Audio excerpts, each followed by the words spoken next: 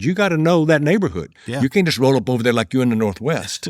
That's cultural competency. When I make an ad for my wife who ran for city council in D.C., it's different than the ad I'd run for Vicente Gonzalez in Brownsville. Yeah. Both very poor working class minority districts, but one's heavily Latino and the other one's heavily Black. Yeah. And is identity important to those people? Absolutely. And there's stories to be told through identity of immigration or the history of a great city that's seen a lot of turmoil. The way I just described to you, people that are listening are like, yeah, that's what we need. Well, that's identity politics. It's just through a cultural competency lens. And that's the piece, because there's no Black and Latino consultants actually coming up with this. We lose the nuance of that.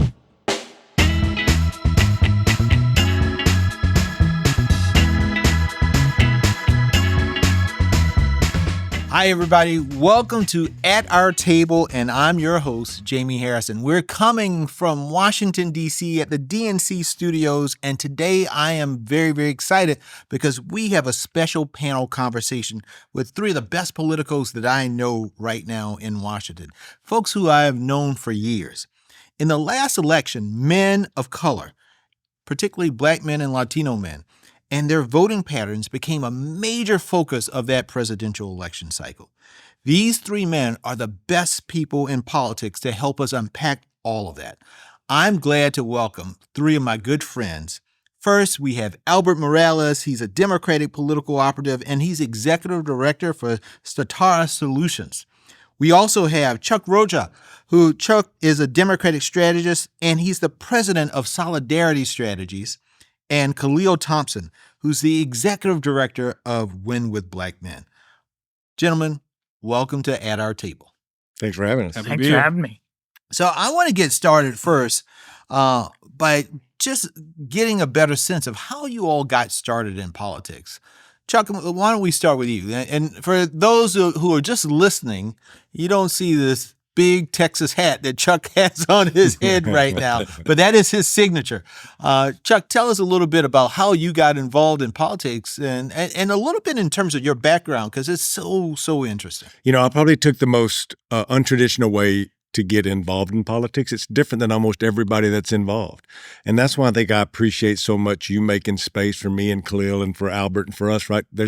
I was thinking coming over here is that you just don't see our voices that much being lifted up. We talk about Black men, we talk about Latino men, but I think today getting into this conversation is probably some of the most important we could have. And it goes back to my story, and you know my story. Yeah. I grew up in rural East Texas down a dirt road. Mm-hmm. My mama was just 15 when I was born, so I lived in a trailer house next to my grandparents, and my grandmother, my mama, pretty much raised me because my mama was just 15.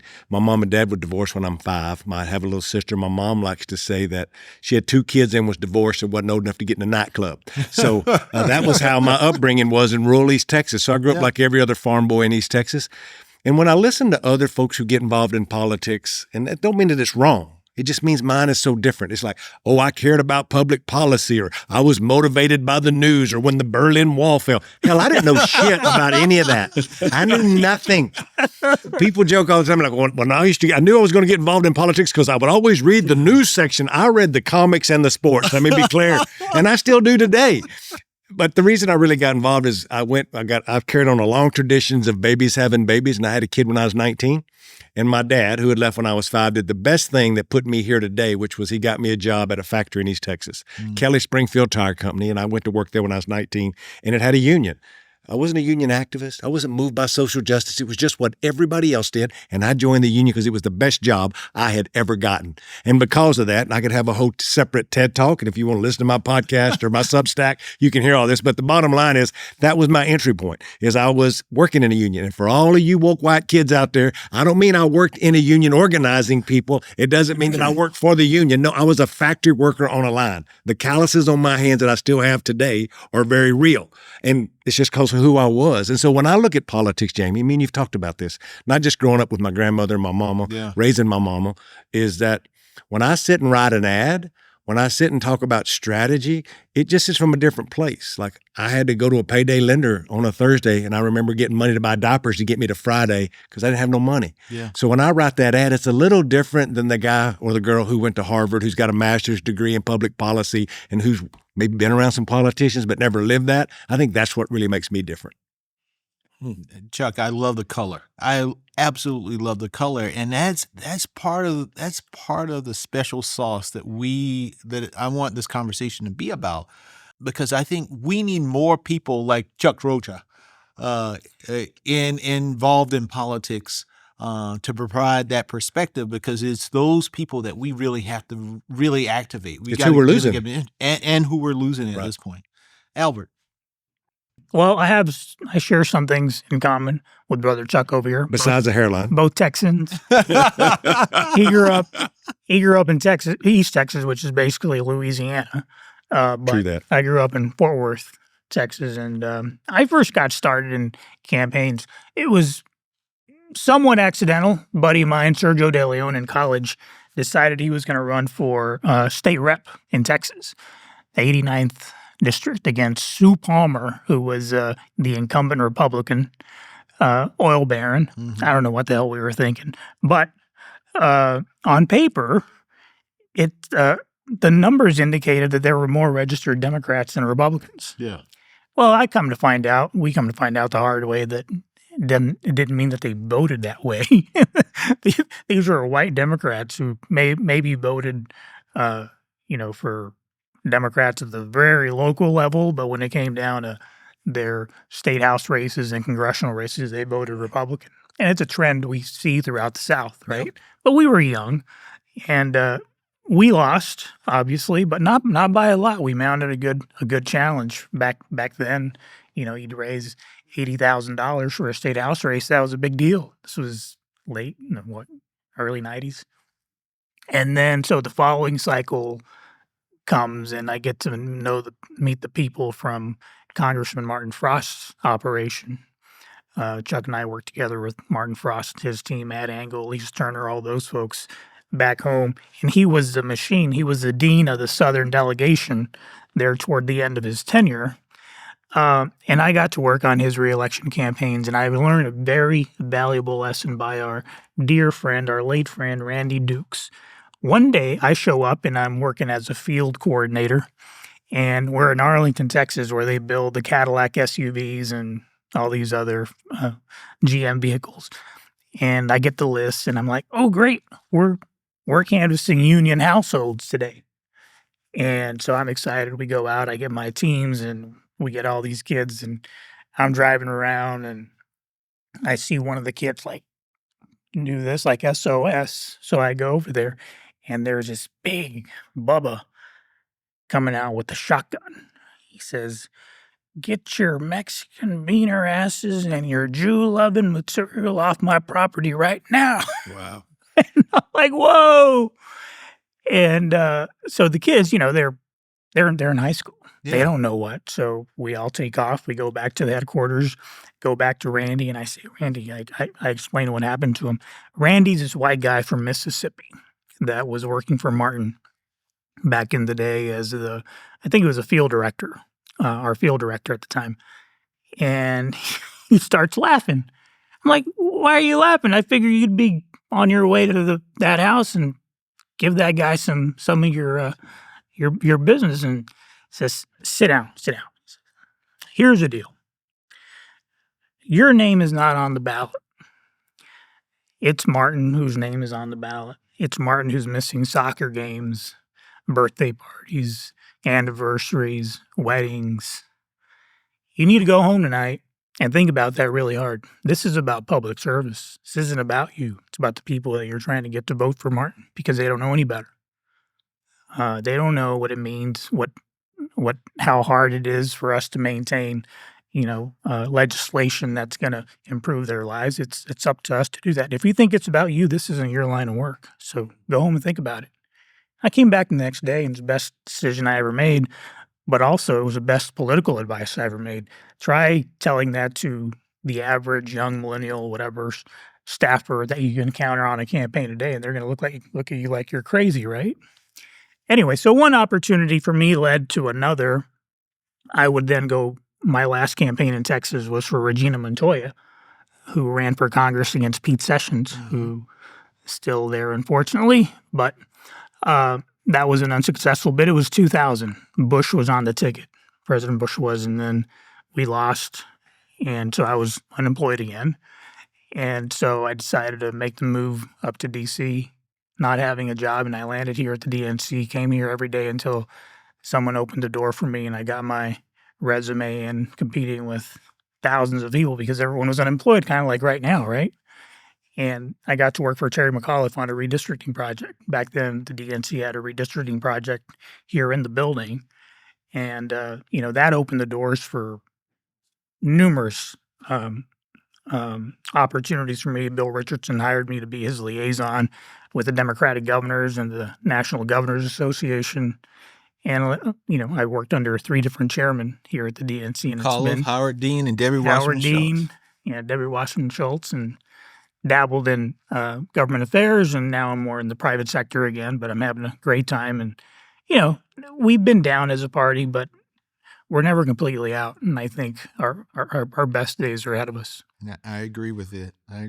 Khalil, tell us about you. I don't know I can compete with these amazing origin stories What's here. your origin story? So I'm a native Washingtonian. Yep. Dad is an immigrant from Jamaica. So when he came over, politics back home was very much a blood sport. I mean, you had JLP and PNP were the days of Bob Marley getting shot. And so the idea of his son going into politics was not something he was very enamored with from his experience. The other side of the coin that I tell people is, by growing up in this city, my mom had a phrase in our household that the invitation to whatever White House dinner got lost in the mail.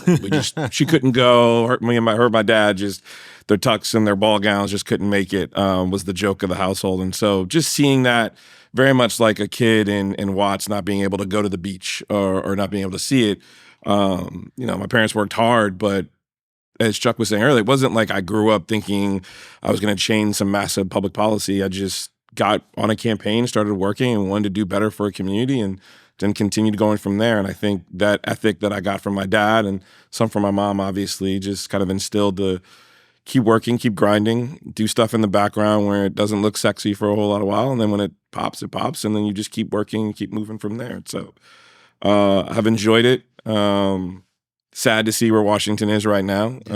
Sad to see our interns had to be, I'm walking up, the guys ask me what I'm doing here and going through. Obviously, security is important, but this is home. And my daughter now, we go to the grocery store. She sees a couple of National Guard members. She wants to turn the corner and walk away. And so I think the work I do now is for her and to leave a legacy that her and her friends, I think it was really hard when she went back to school this year. She goes to a Spanish immersion school. She was wondering if some of her friends were actually going to show up. And so and she's 8. She shouldn't be grappling with these issues. She should just be worrying about, I don't want to do homework, not am I going to have to protect my friends so that someone doesn't come into school and take them. And so to be able to work on issues like that and to defend her rights and what she wants, I think is what I'm looking forward to, and continue to do that work. Well, and I want to spend some time now because, the 3 of you, 4 of us are Black and Latino men in politics in America. Khalil, talk a little about specifically what are you doing now in terms of Win with Black Men? Sure. What is that? What are you doing now? And provide us a little perspective on that. I have to give homage to a good South Carolinian woman, Choteka Edie, pulled together Win with Black Women. I think this was in 2020. And in 2022, she got together a group of Black men and said, hey, just come and listen to what we're doing. We've been organizing for about 2 years. I texted her afterwards, like, hey, can you help me figure out how we're going to do this from Black men? Her charge to me was, no, just figure it out on your own. So quietly between 22 and 23, we started pulling some things together and having calls. And then at the beginning of 24, we had a few calls. We got folks together. I remember in July, the first call we did at the beginning of July of 24, I think we had maybe 15 people join. And then 3 weeks later, everything changed. Vice President Harris obviously got in the race. And then we had a massive call with about 54,000 Black men and raised, $1.4 million in the hours that we were on. And then continuing that effort, providing a convening space so they can talk about civic engagement in their communities. We're leaning to try to be nonpartisan because we know that not all Black men think the same. And if we just box them out, then we're missing an opportunity to talk about why I, as a card-carrying Democrat, believe that they should be over on this party. We're also looking to do a tour through 18 states at the end of this year. I'm sure many of you will talk about this. The thing that we've noticed is post-November 6th, no one's really talking about Black men in terms of their engagement in voting. And so we really wanted to make sure we could provide an opportunity to listen, not ram down a message that this is the most important election of your lifetime, because that's, turning people off. We say that every single year, and we've got to give them a reason for why they should participate. And Chuck, you run your own company. How long have you been in this political space doing some of the work that you're doing? But talk about what you all do at Solidarity Strategies and why the work you do is so different than what other firms are doing. I think it's important to root it in, this is my 36th year working in campaigns. The first year I got paid to work on a campaign was for Ann Richards for governor, and I was an East Texas volunteer coordinator with the local union. Didn't know better. I got paid a little bit to put up yard signs. That was my job. And I say that not to make little of it or big of it, but to say that I keep going back to these stories because I think it's important for kids at home who don't think they can be in politics, that my life's goal is to let them know it's okay. And if I can do it, they can do it. And they'll go to college and be a lot better and probably not be as mouthy as me and probably get work. And so 36 years I've been doing this and doing it with the local union. And then I became the political director of the Steelworkers when I was 29. Yeah. And I moved to Pittsburgh. And I was the last rank and file union member to become a national political director who never had been to college, who'd worked in a factory. And during those times, I got to write checks from the union. So I was very popular with people. All the nonprofits liked me. The other folks liked me. The Democratic Party loved me because I gave my annual donation from our members to the DNC and others. But I always noticed that as I got and moved up in politics, and that's to this conversation, is I was always the only Black or brown person in that room a lot of times. In the beginning, in the 90s, I was the only person of color. There were no women in that room either. Mm-hmm. White women would specifically find their way. A lot of that has to do with Planned Parenthood and Emily's List, who demanded women own firms be a part of that. And I'd give them prep for that because they lived their values and created women-owned firms that are now dominant in the space.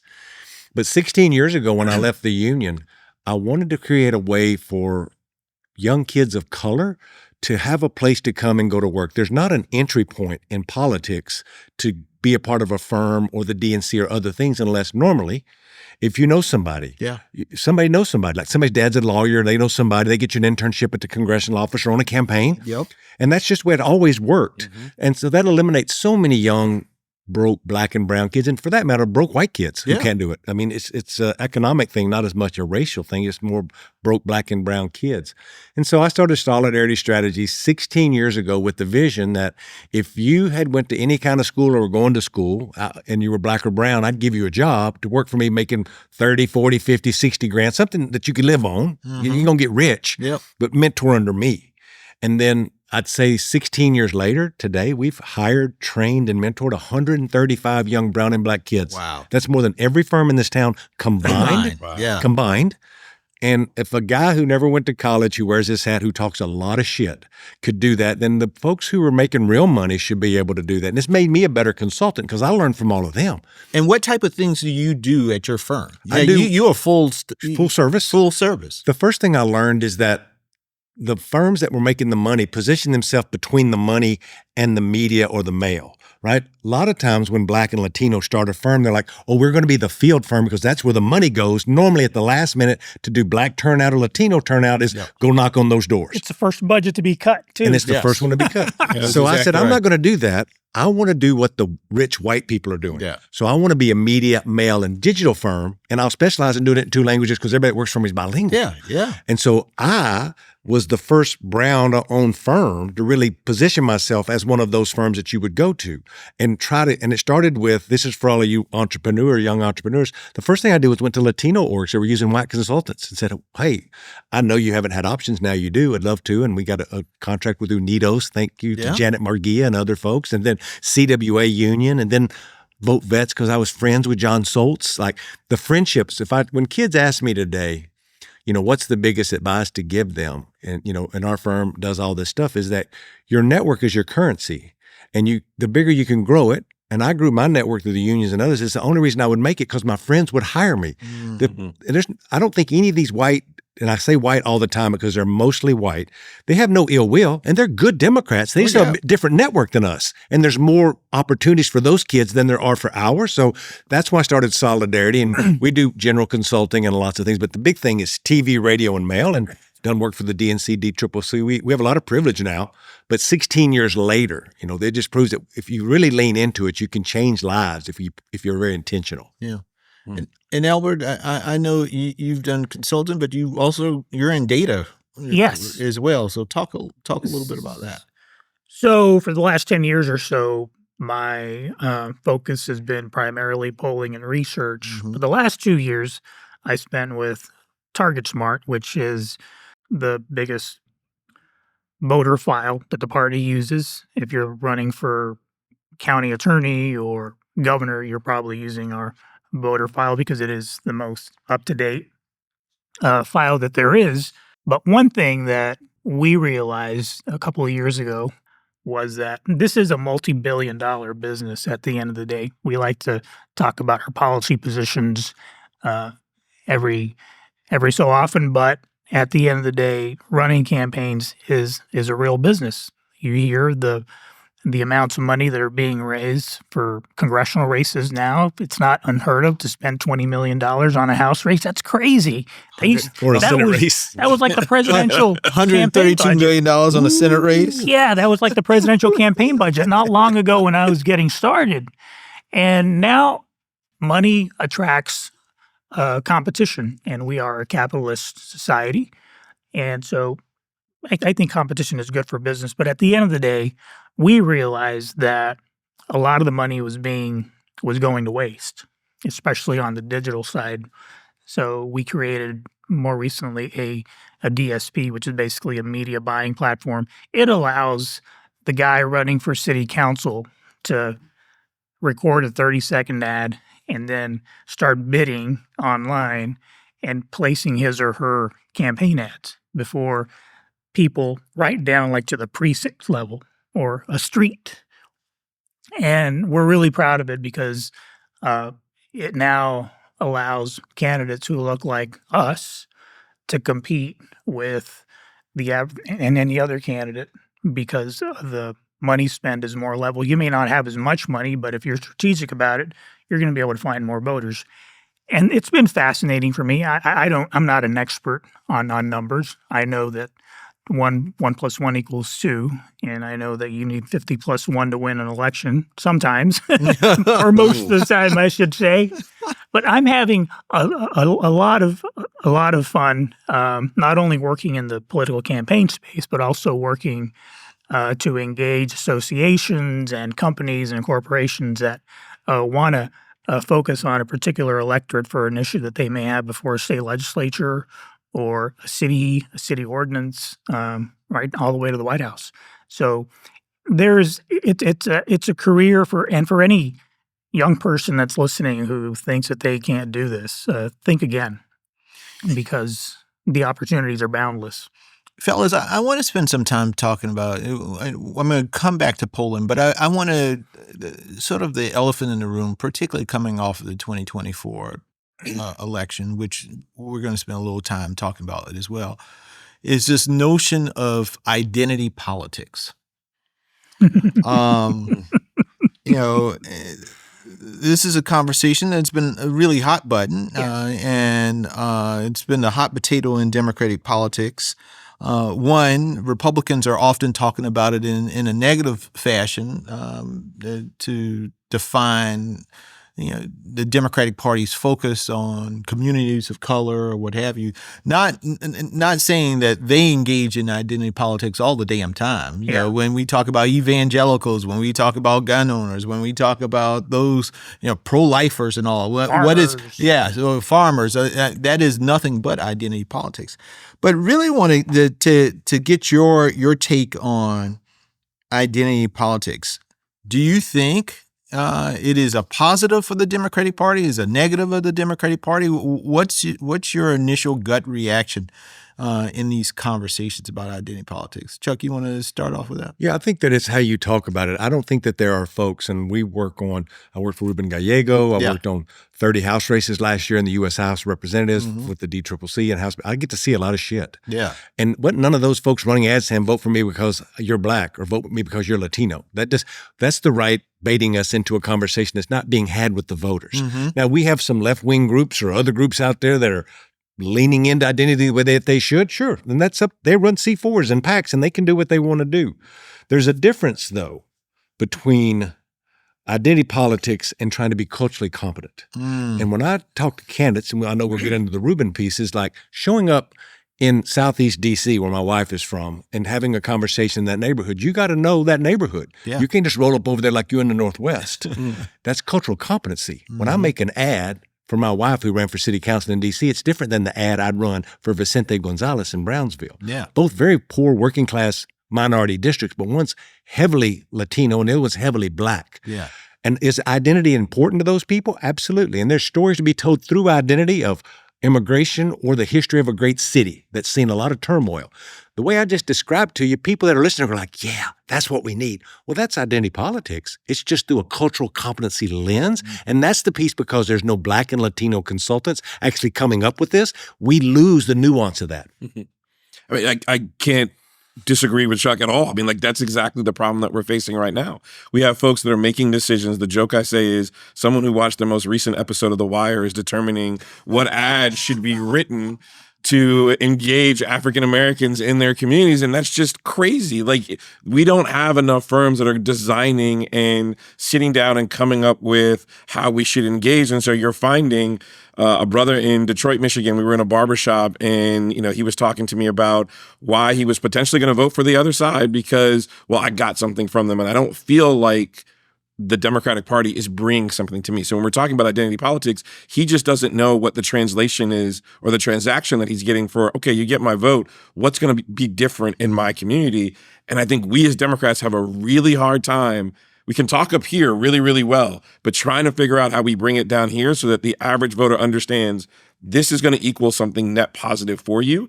That's the part that I think we're also missing. You guys know the party in all its aspects. Where is the heart of the problem? Why is the cultural competency not in Democratic campaigns? It is a problem with the consultants. It is the problems with the party apparatus, the DNC, the DCCC, the DSCC, or the state parties. It is the problem with the candidates. Like, if you had to nail that jello on the wall, like if you had to find out where the root of the issue, what is the point where I can wave a magic wand to fix this in Democratic politics? We don't fight. What is that? The last time we had a person who looked like us on a presidential campaign running the show was my dear friend Chuck and his candidate, Bernie Sanders. Mm-hmm. So how do you pull off a win in Nevada, with Latino voters? You put someone in there who understands Latino voters, and you pull off an upset. But you have to be at the top. It's great to have people that look like us on the presidential campaigns, but sadly, even more recently, the people that were in charge of our last Standard Bearers campaign were working on the John Kerry campaign that we also lost. And you can't just bring us in like in the summer of the general election and say, oh, we're just announcing that so-and-so is going to be the director of Hispanic engagement. Well, and we're going to approve the budget, by the way. So we need to start having those conversations with us early on, and they're not any different right now. I keep telling folks the issues that are going to determine next year's elections are really two. I think most Americans, especially white collar Americans, are losing sleep over AI. Am I going to have a job a year from now or two? Because I believe it is NAFTA on steroids. It's totally transforming this country. Yep. The other is, and I know I'm veering off subject a little bit here, but these aren't difficult issues to go after. We got to get private equity out of the residential real estate market. I see it every day. I have two nephews who took them 2 years to finally win a bid on a house that they bought. But if I could just, what we just did is also why we're losing. We started talking them down one way, and then we went to the average person that you're talking on the street. They're not concerned with private equity. They want to know what the price of eggs are, milk, their kid's going to go to school, gas is too high, and can they afford to go to get some clothes? And I think we've lost the fight of just understanding what the fight is and then narrowing it down so they can truly digest it in a way that, like, okay, I can get in. We were talking about the boxing match earlier. We want to stand behind and want to be that standard bearer in the ring that we can advocate for. I think that's where we're also losing. But before we get into the messaging, though, like I really wanted. Chuck's got something. I wrote it down. But I was going to let these amateurs go first. Chuck, give me your answer on So the way that this works in modern campaigns, and for those of you listening and not watching, write this down because this is how every congressional, Senate, and presidential campaign is run in America. You raise some money, you do a poll, and then if you have a lot of money, you'll do some focus groups that support that poll. And if the poll is big enough, you can find out exactly what people care about, quote unquote. I'm using bunny ears for those of you who are not watching. And what I mean by that is, I know you want to talk about posters. Here's one. They're the most important piece of the apparatus of everything here. Yes. Because that poster determines, normally with a conference call of all the other consultants, of here's the questions we want to ask the voters. Do any of y'all have any feedback on these questions? That's very democratic. To my brother's point, there's not a lot of us, Khalil, in that meeting saying, what about this? Because normally when they get the Latinos, it's a immigration question or it's a criminal justice question when they're talking to black people. But these people, well-intentioned, smart people who've asked the same questions in the same polls, and it's whittled down to just about 5 polling firms only now because we've consolidated because it's $1 billion business, ask these questions. Now, when those questions are answered, they give me the results back. I'm the media buyer. I make the media. And a lot of this is done, and I'll explain the difference between the candidates and the IEs because there's dramatic differences. Mm-hmm. Then we're said you make the poll around the number one performing issue. Now, that performance could be 0.1%, but if it's number one, that's where the polls will work. And that's normally how your ads and messaging is determined, right? Now, if you're running a presidential campaign like I did and you have unlimited budgets, I'll say, well, how did the black people or the Latinos perform in that sample? Because we'll subsample in Spanish because I have a lot of money. Yep. Congressional races ain't doing this. Keep that in mind. But Senate races will, and presidential races and governor's races. And they'll say, well, black people care more about this a little bit, and Latinos a little bit different here, but it ain't really worth it to go make a whole nother lane of communication to them. So let's just use what everybody else is using and deliver these ads. So that's the first step of why they miss, because then they have to determine a target on who they're going to talk to. And for all of you nerds listening, this is the part you write down because this is where we miss. It's bad enough that we miss the messaging some. And then it's bad enough that the creative is kind of creative for white people. They'll translate it for Latinos. They'll put some black faces in it to give it to the black radio station. But then we lay it over for the most important advertising, which is digital, because this is where most people are consuming. A voter file that's got a turnout model and a persuasion model, and will determine who we actually talk to. And because Latinos and black folks, especially black men and Latino men, are not great performers when it comes to voting, let's call them just underperformers, because they have lives they're trying to live. Yeah. They've left out of all this communication. So in the Texas Valley, over many generations, there's lots of folks who weren't talked to. Republicans come in with Donald Trump, and you start seeing a self-fulfilling prophecy of how we've run campaigns for generations, Jamie. And the last piece I'll say is that the candidates do this the worst. The IEs have woken up. The DCCC, House Majority PAC, and Senate Majority PAC, because they have unlimited budgets, hundreds of millions of dollars. They now have a black or Latino consultant sitting at every one of these strategy meetings on the messaging with the posters well in advance. Mm-hmm. And they didn't do this every day. They've only done this in the last 3 or 4 cycles, but it's starting to show. We picked up 4 congressional races last year while Kamala Harris got her ass beat because there was different messaging happening at that congressional level. You can talk to me about states and I'll debate that.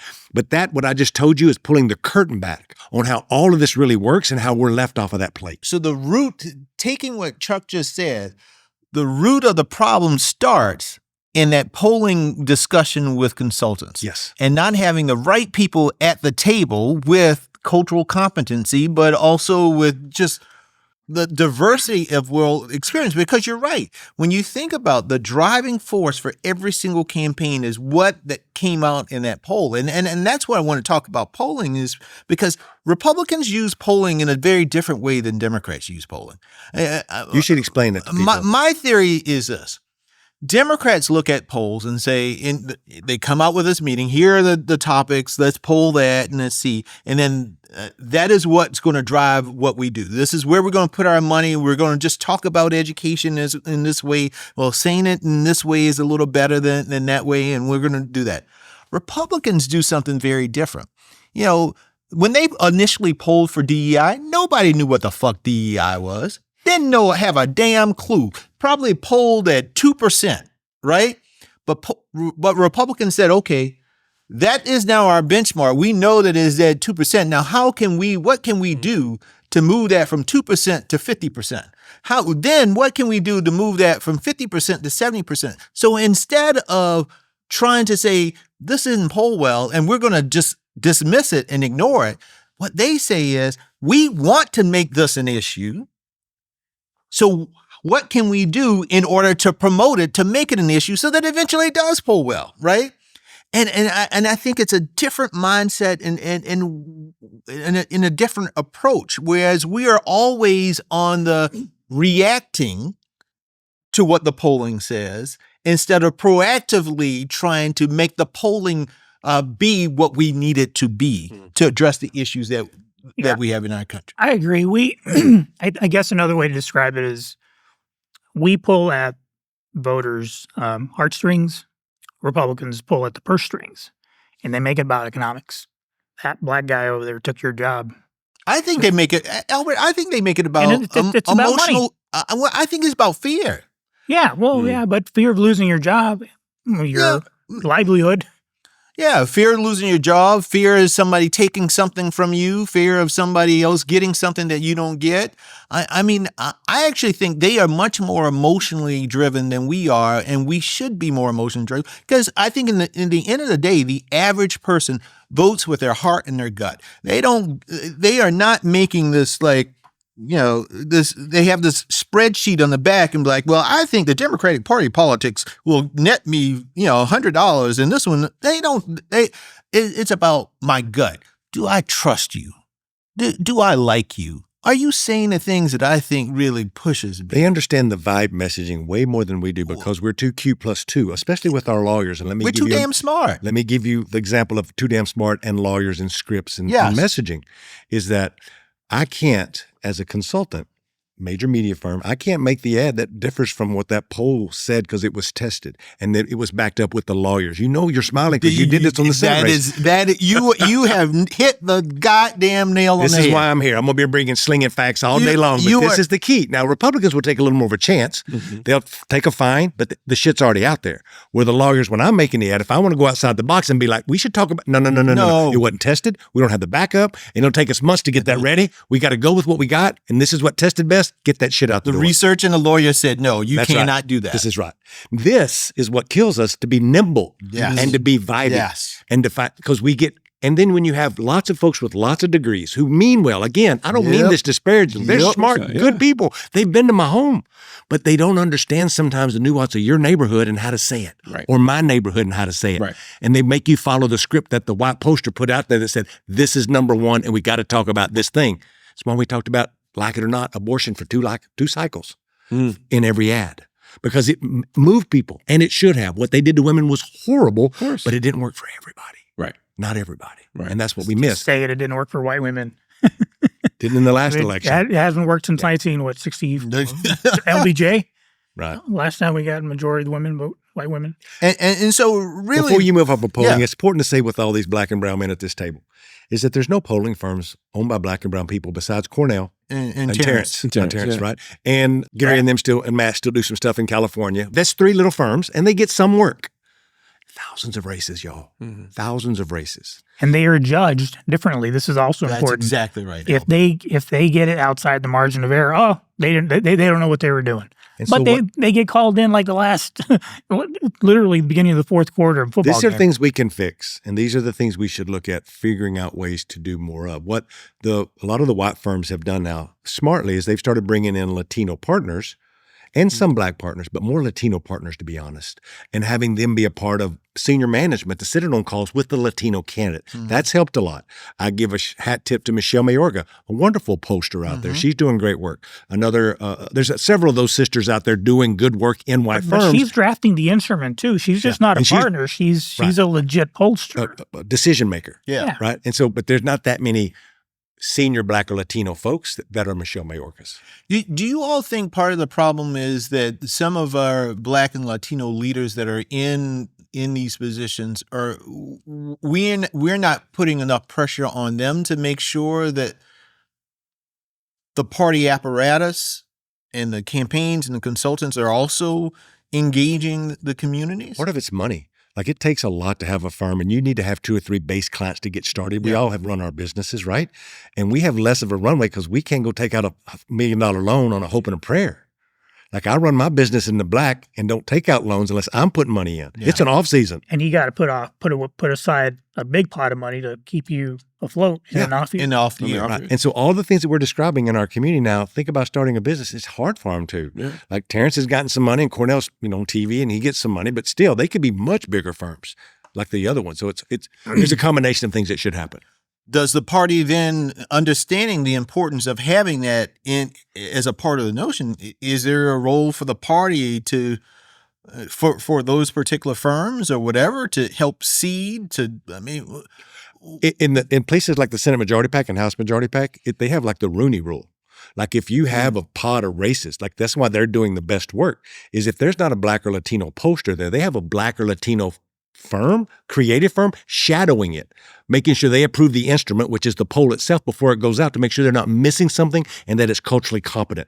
They have the luxury of doing that because they have money. Yeah. And it's smart politics, and they do a wonderful job. But your local congressional candidate or your Senate candidate or governor's candidate, ain't none of them doing it. Because, Rick, you're also, and correct me if I'm wrong, you have to have a runway at some of those polling functions. You're not getting paid straight out of the gate, so you're on calls months in advance just waiting. Maybe you'll get a poll. And so you have to have enough funding in the bank to just hope that someone's going to raise enough money to be able to pay for call centers, statisticians, there you go. Support.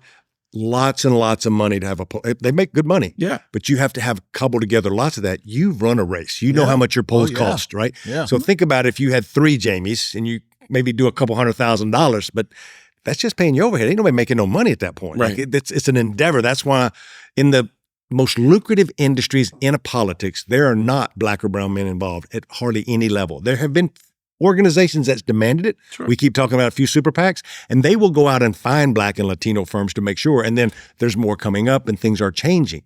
But this IE versus candidate piece is the biggest part of the problem because the candidates is where the power lies. It's my personal relationship with you, Jamie. Yeah. You may be president someday. You may be governor someday.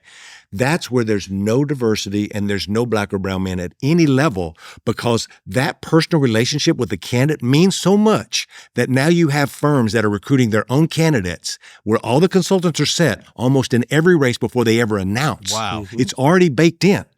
Because it's become a $2 billion industry. This is the little dark secrets that nobody wants to talk about in campaigns. You got consultants that are recruiting candidates in order to run so as to make sure they have the business in that work. Right. But still, there's a backstory to that. There's someone who's attending your local county Democratic meeting 10 years in advance and investing in maybe buying a box of donuts to come and building that rapport. If you're a small business, you're worried about today, how you're going to be able to write that check and keep the lights on in this moment. You can't necessarily have all of that forward thinking to make sure you can keep the lights on. I've called candidates before that when they announced, I call and go, how do you already have consultants? They're like, oh, they flew down here as soon as I filed my FEC paperwork. Right. Yeah. They were on a plane the next day and just showed up at my house. Yeah. I couldn't have paid for one of my people to do that. Right. That's the privilege you're talking about. I know some consultants that'll fly committee staff to the Vineyard. And how do you compete with that? How does Chuck compete with someone who can fly the entire staff of a campaign committee to their resort? Well, we're going to talk about the $1.7 billion at some point, right? No, well, yeah, well, I want to talk. And when thinking about the presidential, and I want to spend some time talking about that, and then I do want to go back to black and brown men as well in 2024. How do you break the cabal? And then folks may be like, Jamie, what the hell are you talking about, cabal? How do you break up? Because you all have known, we've been around this long enough that it's almost like it's a football that is passed. It's almost like an inheritance, right? The folks who ran the Clinton campaign, and then they train up some folks, and then they hand the baton over to the next generation of folks, their interns and their staff assistants and all. And now those folks are running, this Obama campaign, and now the Obama campaign hand over their things to the other folks. And in essence, you can't break through if you are, and none of those folks in that pocket are black or brown, right? And how do we break that cycle? Because it's those people who constantly, the resources are constantly being flowed to them, and there is nobody talking about cultural competency. That little group is not reflective of the diversity of the Democratic Party. It's not reflective of the votes that are being cast in order to make sure Democrats win. Like, how do we break that so that people actually have, we talk about seats at the table, but how do we make sure that they can get into the damn room? Not even the seat at the table. How do they get into the room? I definitely have some strong feelings, and I have some strong feelings, and I think it should be said that we're here as men talking about how Latino and Black men have performed with the party, but I think it's really important to say this, that we've talked about Black women being the backbone of this Democratic Party, and they are, and they have been. And there's not a single Black woman-owned media firm in Democratic politics. There you go. Not one. Not one. But they are supposedly the backbone of the party, and they are, because they show up, they help, they do all the things that we all shaking our head with. Yes. I love them so much I'm married to one. I get it. Like I say that point not to be light. I say that point to say that if there's not a Black woman-owned firm, then how could we even imagine the others? And I think the solution is this, Jamie, is that unlike Black women, Black men have not performed as high. Latino men damn sure hasn't. The Latino vote as a whole. I think there's an opportunity in time as we lead into, and I'm going to give you solutions, not just bitching, as we lead into a presidential election from somebody who's run a presidential campaign, that when you see this slide, you have an opportunity to say, how can this could be a part of the recipe to fix their problem, just like this podcast is. And I think what you do is you demand, if you're a party committee over the governors, if you're a party committee over the Senate races, and probably the DCCC is trying to do this, so I give them some flack. I mean, I lift them up there because I think they're trying, is that when a candidate comes to you and they all come to the party committee because the party committee has amazing resources for them, you say, you have to have an open process for an RFP, even if it's baked in and you know your buddy's going to get it. But my sisters and brothers and my other friends the 8 Latino and Black firms, we all talk to each other all the time, and we know none of us are getting a pitch. We just want a pitch. Yeah. Our product sells itself. Yeah. And we are Black men or Latino women. I think that's the key, is that somebody in some position of power has to demand, almost like the Rooney Rule, that there's one of those firms that have at least a chance. You don't have to make them hire them. That's undemocratic or whatever. And you go down too many slopes, but they should have an opportunity to pitch. I think that's where you start. And the mentoring programs and having a place. I would only add that some of this is going to just happen by default. It sounds easy and easier said than done. But, when I came to D.C., I'm the child of immigrants. My dad started sneaking across the Mexico-Texas border when he was 13 to work on a cattle ranch. I didn't have his Rolodex to call. You, me, Chuck, we're going to have a Rolodex to when our kids are, Martha's already calling me. I'm sorry. She's already calling you, hustle you for eggs. But we are creating, I know it's slow, a network of individuals. Like when Martha goes off to college or, she needs an internship, I can think of any number of friends that I have. That's true. That That's are very in true. DC in big law firms or on the Hill. It's going to be, the question is going to be, who do you really want to go intern for? And it'll get done. And the same goes for the campaign structure. I see a lot more people who look like us just on the Hill than I did some 25 years ago. When I came here, you could count the Latino chiefs of staff on one hand and have like 3 fingers left over. Yep. And now they're everywhere. Sure. And that's a good thing. But, sometimes, Well, and Albert, I'm glad you brought that up. That sometimes we are woe is me. Sometimes we are very critical of the party. But sometimes I think we need to take more of an opportunity to talk about the progress that we have made, right? Still mindful that there's still a lot more progress to be made. But there has been some progress on some fronts. There's still a lot of room for improvement. And I think particularly at that budget. I mean, I think that crucial piece is we need to have more of us at the budget discussion and at that table, because that's where many of the major decisions are being made on who's going to get that contract, when will they get that contract, and The reason Congress changed is because there was a study, and now there's a full-time committee on the Hill called the Diversity Committee that puts out a public report, which is shame these congressmen and senators to do the right thing. Yeah. They didn't do it without a little pushing. And this is my point. We have come a long way. Yeah. But there ain't nobody putting out a report saying that there wasn't a single Black or Latino manager of a congressional race last cycle in the top 50 races. Yeah. That shouldn't happen. And when Terrence, not my brother from Georgia who ran OSOF, Fuchs, who worked for the Folks. Yeah. He got to run a Senate race. Then he got to be a deputy on a presidential. There's one.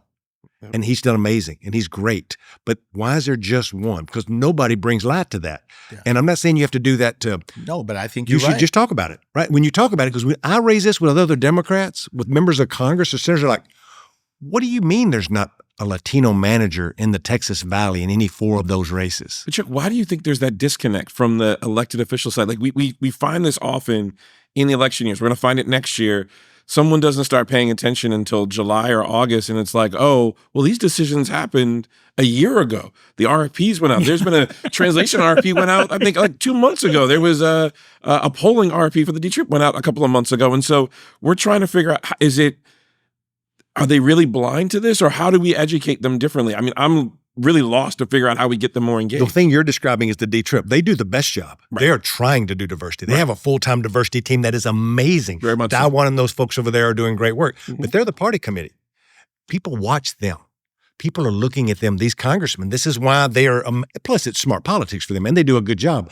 That's not the problem. The problem is the one below that, where the congressman who's worried about being elected or doing whatever their thing is, it could be Rocha, whoever, they don't know that Joe Blow congresswoman in Colorado or anywhere else does not reflect the same values that they preach every day, because it's a system that nobody can see. Mm-hmm. So it happens. And then when it's $2 billion, I don't need to tell all of you who's first one there. Yeah. And ain't none of us ever get there, because the money's already given out time we got there. So it seems like there needs to be some creation, some kind of sunlight group or something to that extent that just keeps people honest, but also at the same time gives people an outlet to say, if you are looking for a Latino person for a firm for this, or a Black firm for this, here's where you can go in order to find it. Because that's also part of the problem. I think when you're dealing with so many things, you're going to pick the lowest fruit, right? Whatever's there that's present, because you're triaging. It's get that off my table. I got somebody that's fine. People said that they're okay. And then I'm moving to the next thing. And so it is that pipeline and that source of here's the firms. And, we tried to do a little of that at the DNC in terms of, here are some firms, we had a whole minority vendor program. Here it is. You can find them that, minority vendors in this space, in that space, in this space, in that space. But we need to make sure that that's there. But we have to couple that with, and we're going to track those of you to see whether or not you actually, how you are performing in that space. In a federal race, every dollar spent's public record. It just takes a couple interns. Yeah. Because I'm tracking it. Like when I see somebody and I find out who they are, I go to the FEC and I'm going to see who they're working with. That's how you find out. Maybe we need an AI program that. Oh, here we go. Giving Albert hell. But I do want to go into 2024 a little bit. Listen, I think we all, in some form or fashion, did some work in 2024. And it was heartbreaking because many of us, it's sort of like seeing, you see that the trains are going to collide. Like you see the train wreck that is about to happen, and all of us are yelling and screaming, stop, pump the brakes, switch tracks, do something. But yet the crash actually took place on one level.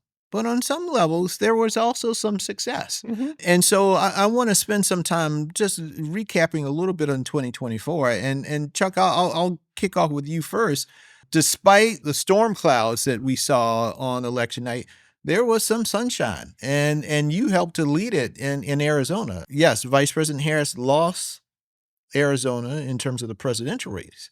But Ruben Gallego, then congressman, now senator, was successful. What was the special sauce there? How did you pull that off? I think one thing it's important for folks to know, because other senators won states that Kamala Harris lost, like in Nevada and Wisconsin. What makes Arizona different is there's 300,000 more registered Republicans in Arizona than Democrats. There are more registered Democrats in those other cities. It was even harder for Rubin to pull off what he pulled off. And I think it's important to dovetail that into the conversation we just had. I was the first person that Rubin hired along with his fundraiser, who did his digital fundraising. So I was there for 2 years before. And the DS and other folks weren't involved because there was still a Democratic senator there. So we got to run our own operation. And I get to take a lot of credit for Rubin's great ideas, but Rubin's a Democratic strategist. He was a consultant before he ran for state rep, and he was a friend of mine back then because of my work with Vote Vets. And this is what makes that race unique, is that Rubin would stand up to his consultant and his pollsters, what we're just talking about, when he would go, I need to see the poll, I need to approve things, and not a micromanager. He had Chuck Rocha to be the heavy most of the time in the meetings. But when he said, we're going to be intentional about reaching out to Latino men, we're going to be intentional about reading low propensity voters where they're at, the construction sites, at the garages, at the boxing rinks, and out at the soccer fields. All of those are places where, I know this, most consultants would go, Jamie, you need to raise money and let's make TV ads. Don't worry about all this other shit. You just do cold time. The coordinated campaign will take care of that. Kamala Harris's team's got a great team here. We're going to have a coordinated field operation. You raise my money. We're going to make TV commercials. That's how the campaign's run. I keep pointing at him because he's lived through this. That's exactly right, Chuck. And Rubin said, no. It's like, I'll raise your money. We're going to do fine. But I want Chuck and y'all to put together, when Caniello's fighting, a viewing party that I sponsor for all the Latino men in the most dense Latino communities. They were like, first of all, when I had to explain, you're going to laugh, Khalil, when I had to explain for 30 minutes to consultants that actually Rubin wasn't going to be fighting anybody. And then B, I had to explain to people that there wasn't actually a boxing match going to be happening live. And they were just going to be watching it on TV. And they were like, oh, okay, well, you can't have it here. What about? And there were just all the reasons why not to do it. Why are you going to spend money on that? That's crazy. Yeah, why are you spending that money? Somebody's going to get hurt. Somebody's going to get drunk. What if somebody gets in a fight? I'm like, well, that's what normally happens, but it ain't going to kill nobody. I don't mean that to any disrespect to any consultant or anybody, but Rubin would say, oh, no, it's going to happen. And he'd look at me or text me like, make this happen. It don't have to be exactly like we want it, but it's going to happen. I demand it happening. Most consultants and most candidates will cower at some point because they don't know how to run a Senate race. And they have hired people who supposedly are the experts in the Senate races. There you go. You just preached a whole damn sermon. And I just... He stole he was reading off my notes. I did not read your notes. I just had the same conversation with Kirsten Gillibrand down in South Carolina. The DSCC was down in South Carolina. And I said, Black and brown candidates in particular, who are running statewide for the very first time. We're good students, right? If you have somebody who you think has experience doing this, you've never done it, and you have experience, and you're going to listen to them and think, well, they know better than you. You're going to almost, you don't listen to that gut feeling, like that really got you to this position that you're running for the Senate for the first time anyway, right? But you push that down, like, this doesn't quite feel right, but maybe they know better because they've run these Senate races before and this and that. And then you just let them go do things. And then afterwards, and I'd say this, even though I was involved in politics, I never ran for office before. Right. But when I was running at Senate race, you hear from the DSCC, well, I don't know if you all should be spending money on this and that. And you hear from these other folks, but they don't know what candidates of color have to do that is different. Candidates of color are very different running statewide than white candidates.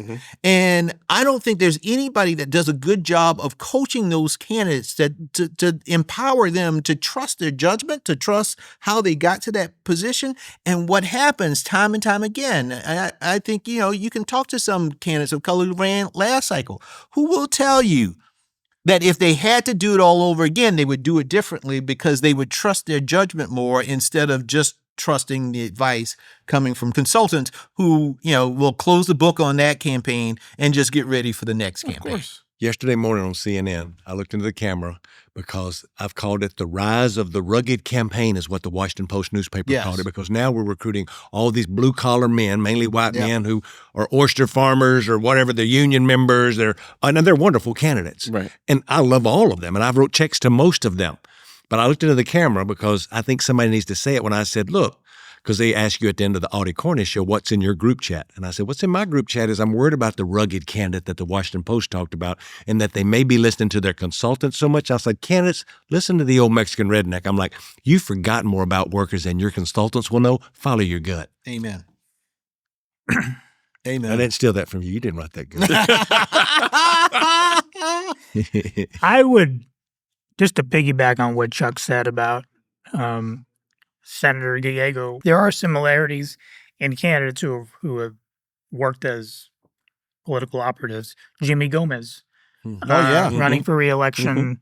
He's got a tough primary by some way left field, even more far left than Chuck. Easy. And he's going to be fine because no one works as hard as he does, but he knows what it takes to run a good campaign. Yeah. And running for office in LA is not easy. It's usually a 20-some person field if you're running for city council, let alone Congress.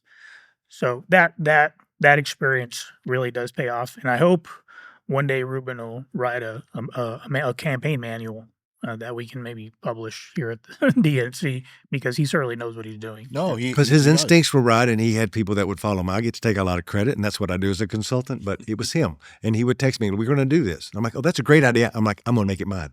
But he had those ideas, and you couldn't push him back. Where, to your point, Khalil, and your point, like normally a first-time candidate, especially a Black or Latino candidate, they don't know. They don't. And they're scared to death already. Right. And it's They just don't like make any mistakes. Right, And then you have, your campaign manager will tell you, well, I don't know if the DSCC will be open to that. I don't know if the DGA will be open to that and this and that.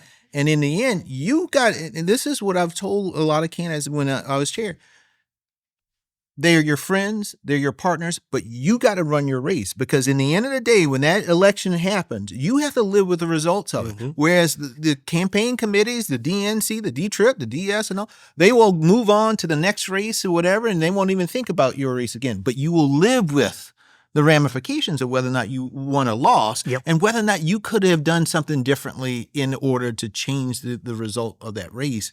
And I think the instinct is there. And that's why my firm, the new firm that we just started, is about candidate coaching. We are not about it's not about the campaign consulting. We're about coaching the candidate, because that doesn't really happen. I'm sure you do that, Chuck, but that doesn't really happen on campaigns. But most of that's like media training for us. Like, there needs to be what you just described, because most folks have so many clients in real-time world that they're just churning and burning. Yes. They're not really spending any quality time with the candidate. No, it's just churning. Let me turn this back on you and Khalil and ask this question now that I've turned over the microphone. Yeah, there you go. So look, if you think about what we're describing and you think about where the party has went, right? The messaging where we all joined the party. I joined the party to fight NAFTA. Yeah. I wanted to drain the swamp because I thought rich people in power thought they were better than me as a union member, right? And I worked for Dick Gephardt, and I got to see the party in its prime of talking about workers and community, right? Well, we don't talk about that as much anymore in these House and Senate races. I think some state parties, the DNC and others, have tried to get that messaging back. But when you have this same group of folks who've run all these races, who are, again, well-intentioned folks, you can see how the party's message over time drifted away from the work and working class and the sanctity of work, or just the regular things, as Khalil said, how much is eggs this week? And what are you going to do to help me pay for them next week? Because that's where real people's guts are. Right.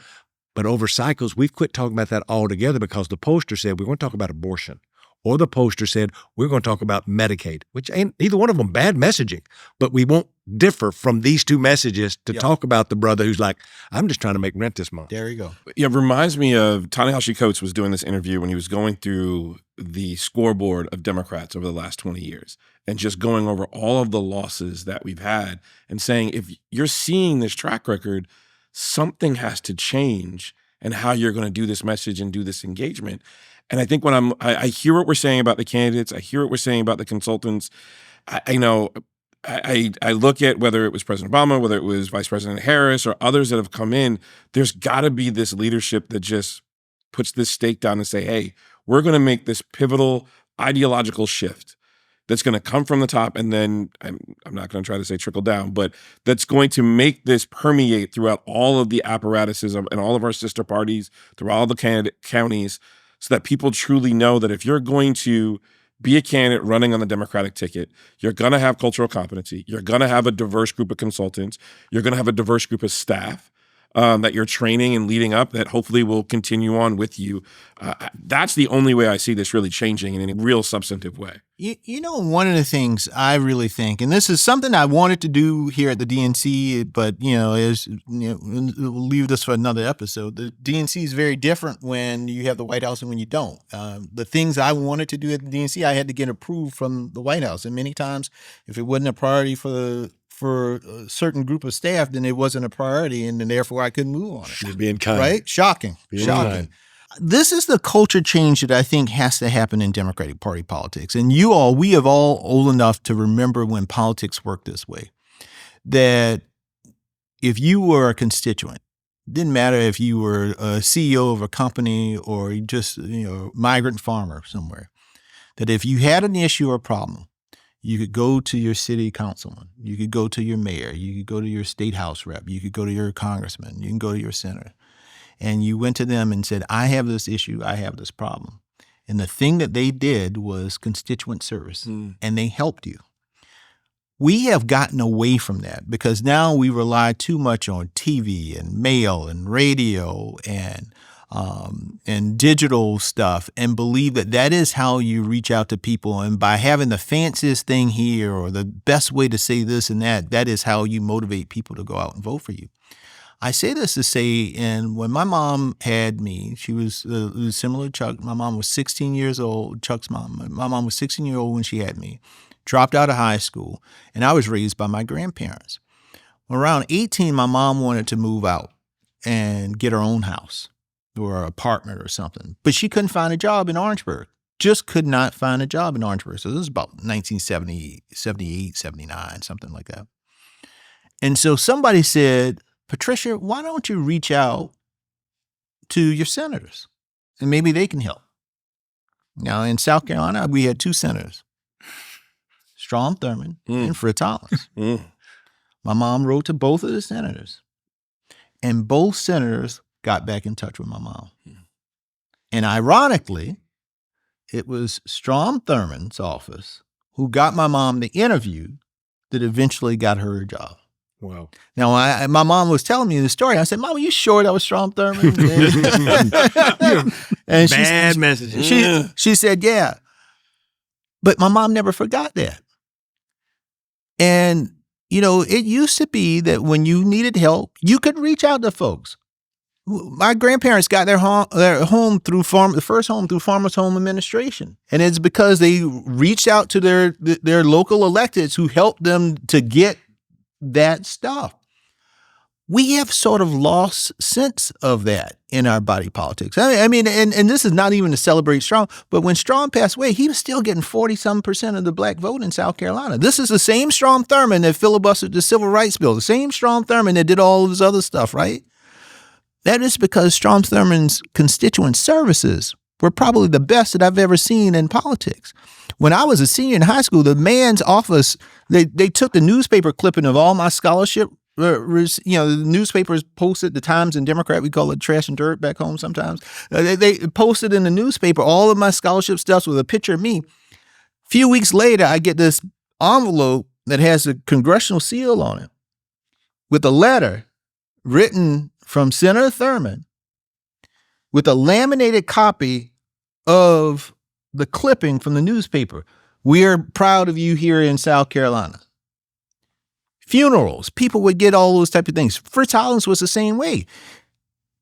When folks feel like you care about them, when folks feel like you are fighting for them, when folks feel like you are delivering for them, they don't care about your politics and all of the semantic stuff. They only want to know that you helped. If you help them get their Social Security, if you help them get their veteran benefits, if you help them get a home and all that, that pays dividends.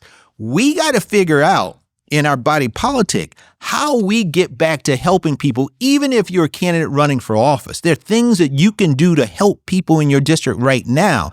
And I believe if we start doing that, that will be the game changer. Because then my mind says, man, hell, if you're doing this when you're not even elected, shit, you got my vote, my sister, my aunt, and I'm going to tell everybody else.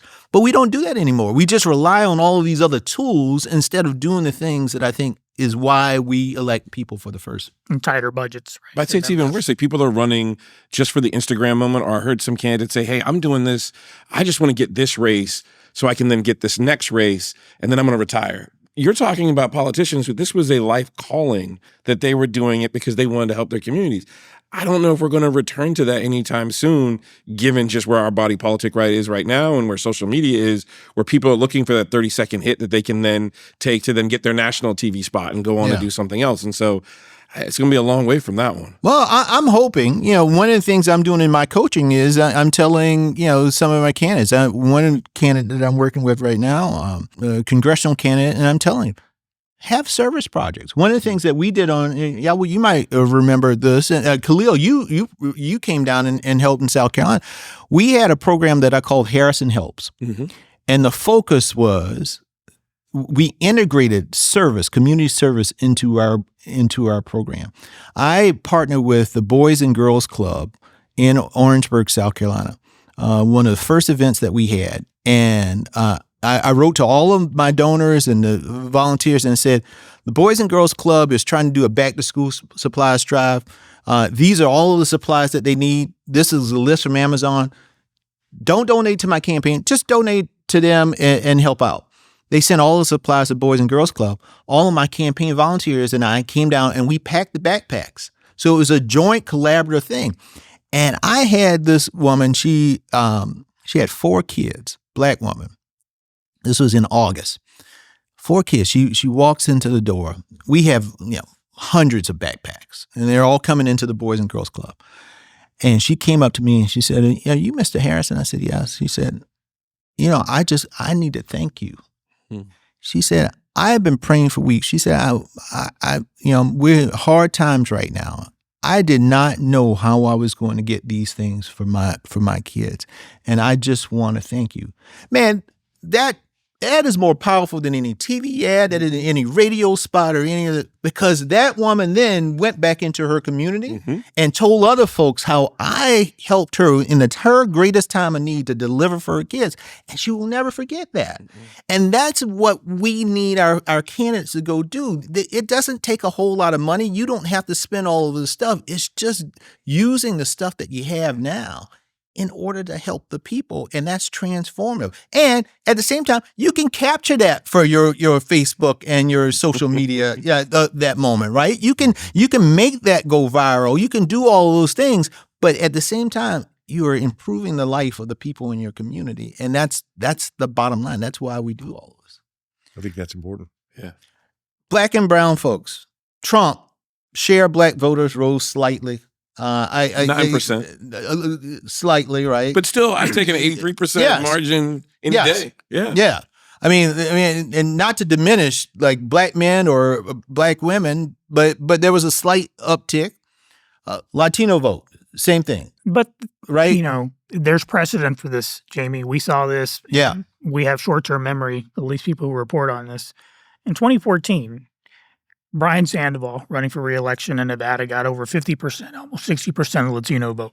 Susana Martinez, New Mexico, same thing, 55%.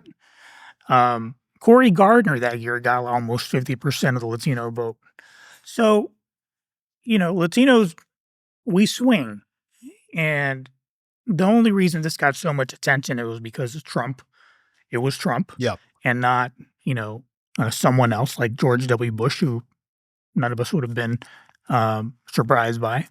But it happens, and I have to believe that come next year, when those TV ads start hitting, where people who look like me and Chuck are getting pulled over because we were blasting Bobby Pulido or some Spanish artist, and we happen to drive by an ICE agent, that's not going to go well. But it's happening. Yeah. It's happening. Even my most conservative family members back home in Texas who voted Trump, and my friends from back home, they're beside themselves. "Oh, I didn't know it was going to be this bad." Well, he told you. Remember the RNC convention, mass deportation now, and so I'm not at all convinced that these gains that they made are cemented. I think they're But it doesn't mean the Democrats don't have to do the work. We just have to start earlier. And that's what I want to know. How should the Democratic Party engage with the Latino community, Latino men, with African-American community and African-American men? And I got one more thing Moving to on. add there. Yeah, go ahead. Because, I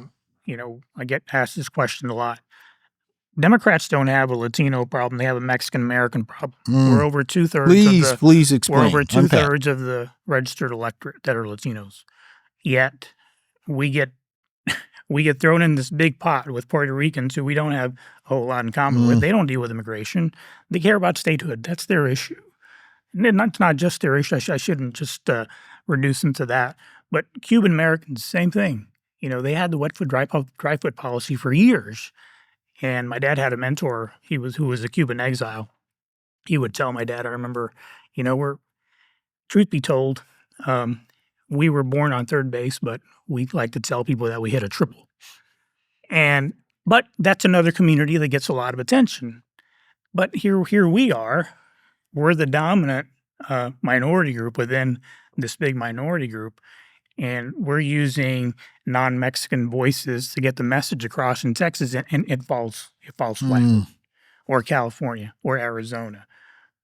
Ruben is an anomaly. He's a Colombian descent, but he sounds more Mexican And than Mexican. He does. His mom is Mexican. But he sounds he passes for one of us, and we're tribal. Nobody likes to talk about that, but we are, and that's why you have to start earlier and get people like Chuck involved early. So the thing with what's happening now, and I'm not as optimistic as Albert, because what's changed since all of those historic elections that he's absolutely right about is the internet and the way that we consume information now.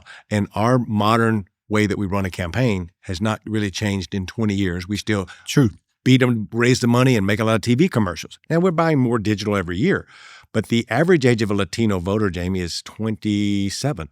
The average age of a white voter is 54, and the average age of a black voter is like 35. The median ages of those, now if you take everybody and not just voter age, the average age of a Latino American is 14. The average age of a black person is 31, and a white person is 48. So I'm getting in the woods because y'all are a bunch of nerds listening to this, so I'm getting in the weeds to say, think about this. Because of the way that we've cut up media now, way more than it was even when you ran, is we assume that Latino voter, who we assume that 70% of them are consuming in English, 30% of them are consuming in Spanish. That's on average for y'all. Don't hit me on Twitter because every district's a little different.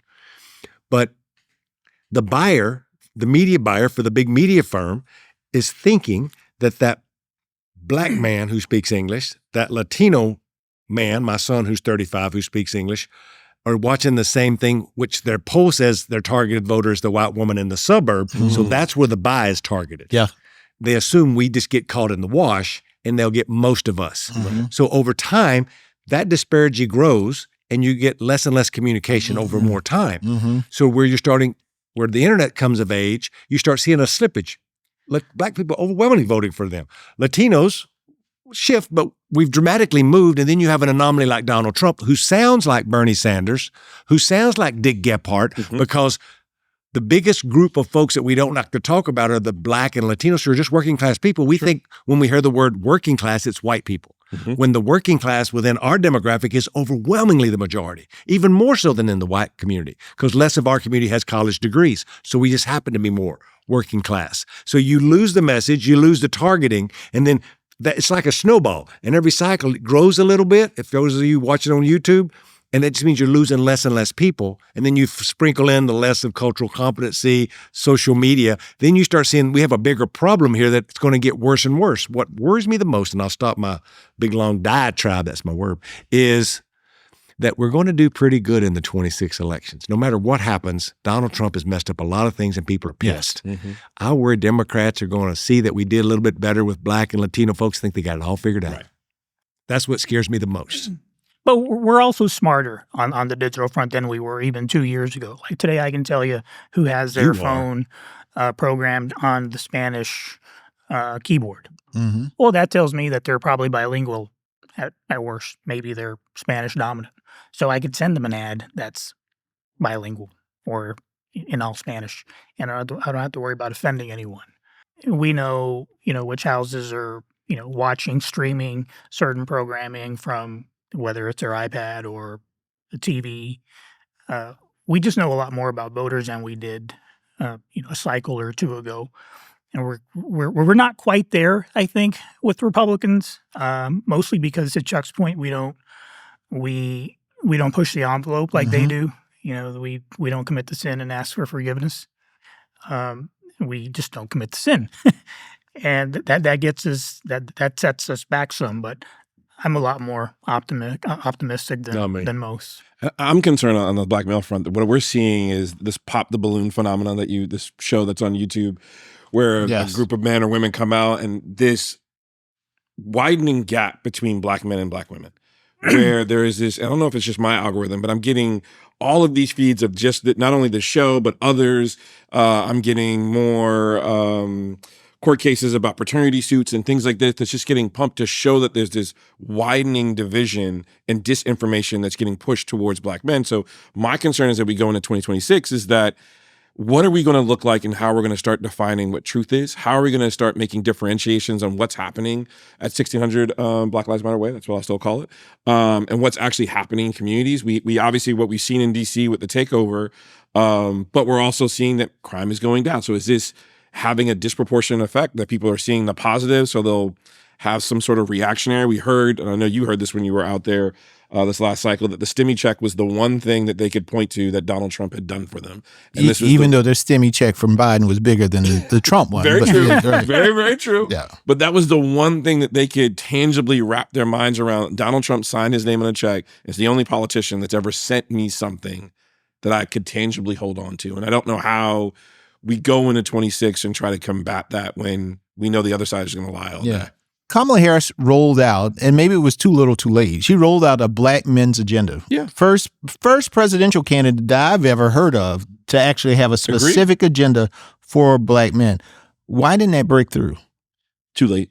Too late. I think, we're all talking about these investments that should happen earlier in the cycle. If you're going to, like any job, it takes you 90 days to get ramped. If you're trying to get a message out there, and we're just now starting to talk to you in July, your kids are going back to school probably at beginning of August. They're not necessarily paying attention to the convention. Before you know it, voter registration deadlines are done at the beginning of September, late October. It was just too late to get that large traction that we needed. Do you all think there was something that Biden could have done, early in the presidency to really sort of stemmy the decline that he had in our communities? Yes, Albert.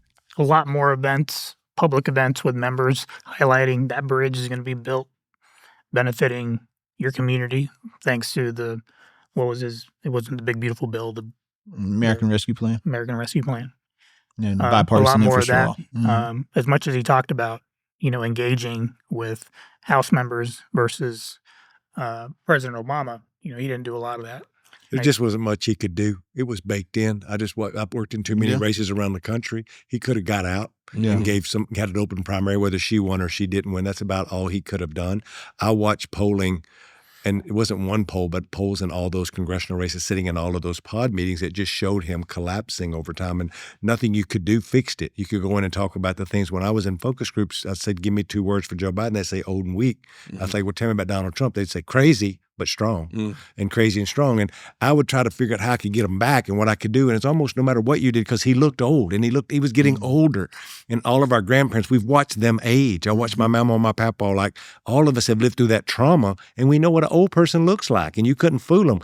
It'd be great if you could do more events, but it was just going to show him being old. That's why the folks, whoever they were, kept him away, at least trying to, whatever they were doing, I'll leave that to another day. But it was hard, right?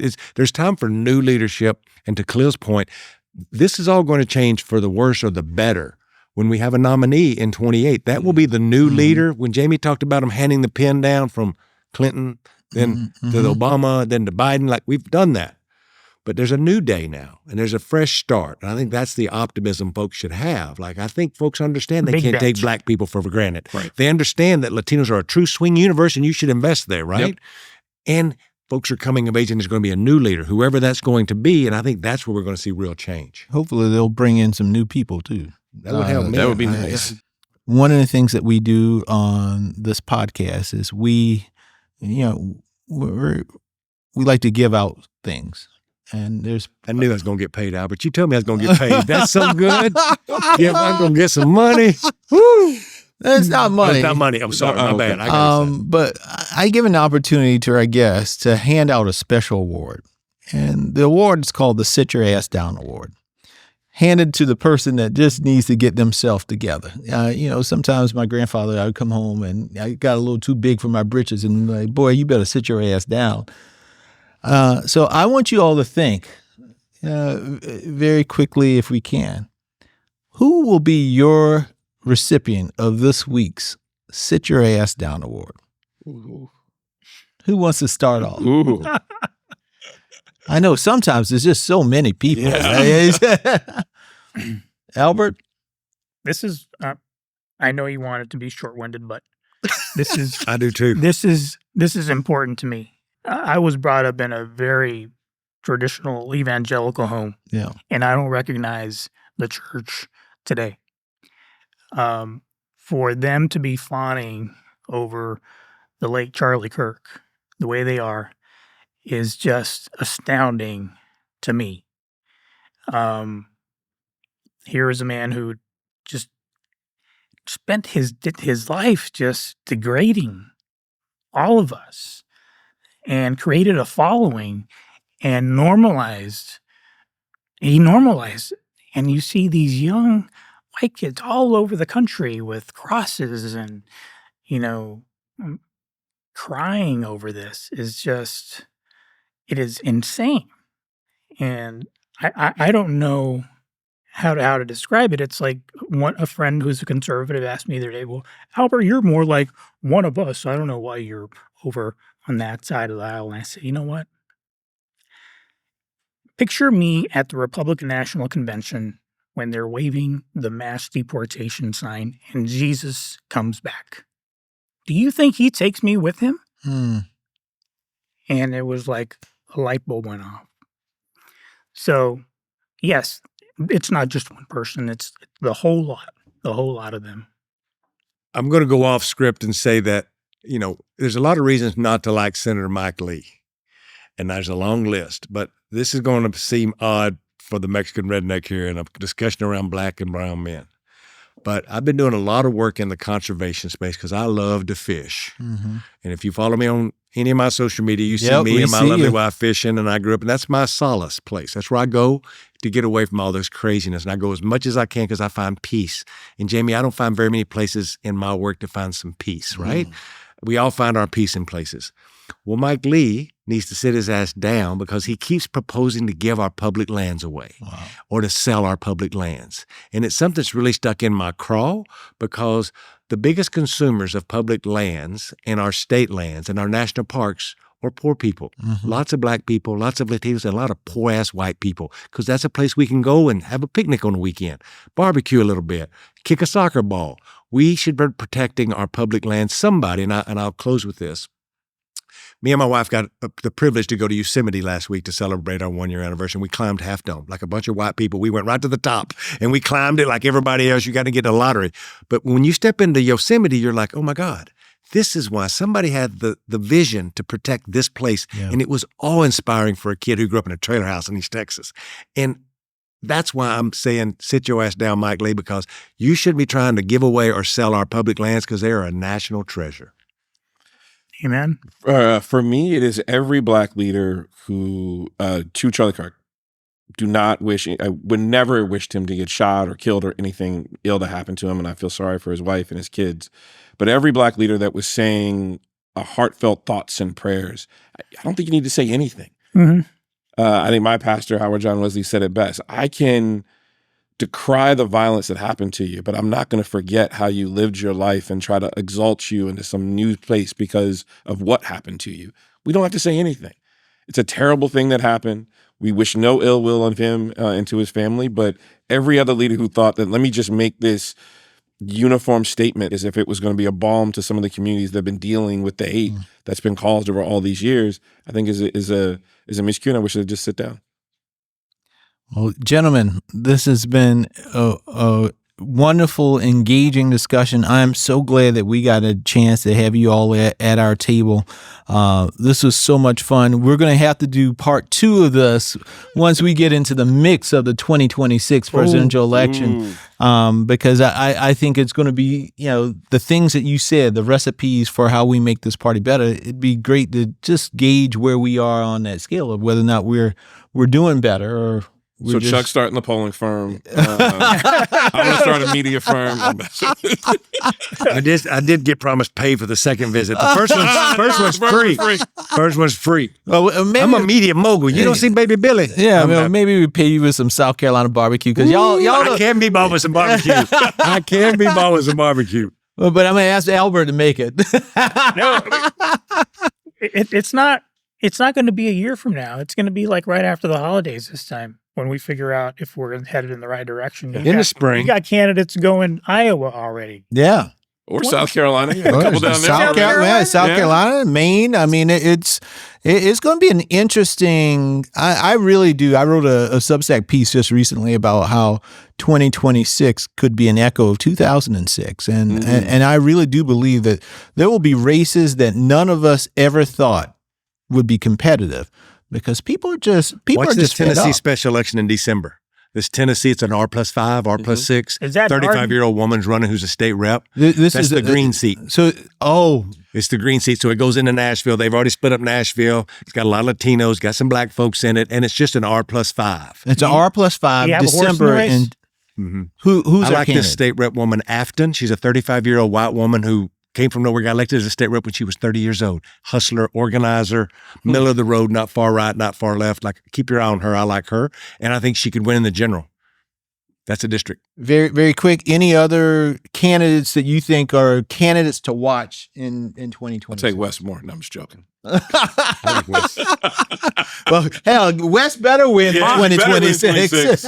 I got to give a shout out to Bobby Pulido. I was going to say the same thing. I think this guy should be running statewide, Bobby, not for Congress. Tell folks who Texas 15, it's a district that runs from the Texas Valley all the way up to San Antonio. He's a famous Grammy-winning Spanish language music star, wears a cowboy hat just like me. He ain't near as pretty as me, Bobby, but he is running for Congress and announced this morning. Wow. But he's a real deal. His family as well. Like, if anyone can turn around the valley or misfortunes down there, it's Bobby. But I think he has as much a chance of winning in that district as he does statewide. What about Texas 18?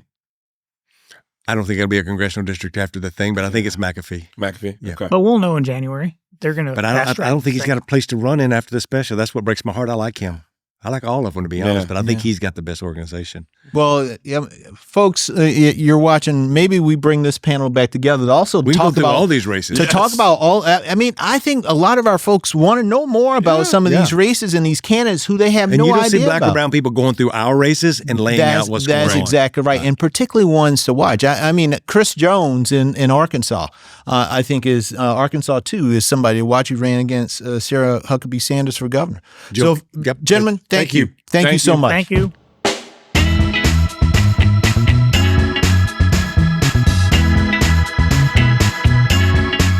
If you enjoyed today's show, please be sure to like, subscribe, and share. Follow us on Apple Podcasts, YouTube, Spotify, or anywhere you find your podcast. To be the first to know who will be at our table next, find us at ourtablepodcast.com. At Our Table with Jamie Harrison is a production of Vision Blue Media. Our founding executive producers are Jason Hayter and Jamie Harrison. Our producers are Kyle Kelly and Emily Harrell. Our content consultants are Ernie Grigg and Clay Middleton. Our digital communications are led by Celie Riccio. Neil Rossini of FWRV LLP provides production legal. Title sequence by Tom Hunt. Our theme song, Blonde Gone, is written by Dewey and published by Alibi Music Library. We recorded this episode at the DNC studios in Washington, D.C. Thanks to Curtis Bradley Brown, Johnny Wood, and the DNC Studios team. Special thanks to Chuck Rocha, Albert Morales, and Khalil Thompson. I'm Jamie Harrison, and I look forward to another conversation at our table.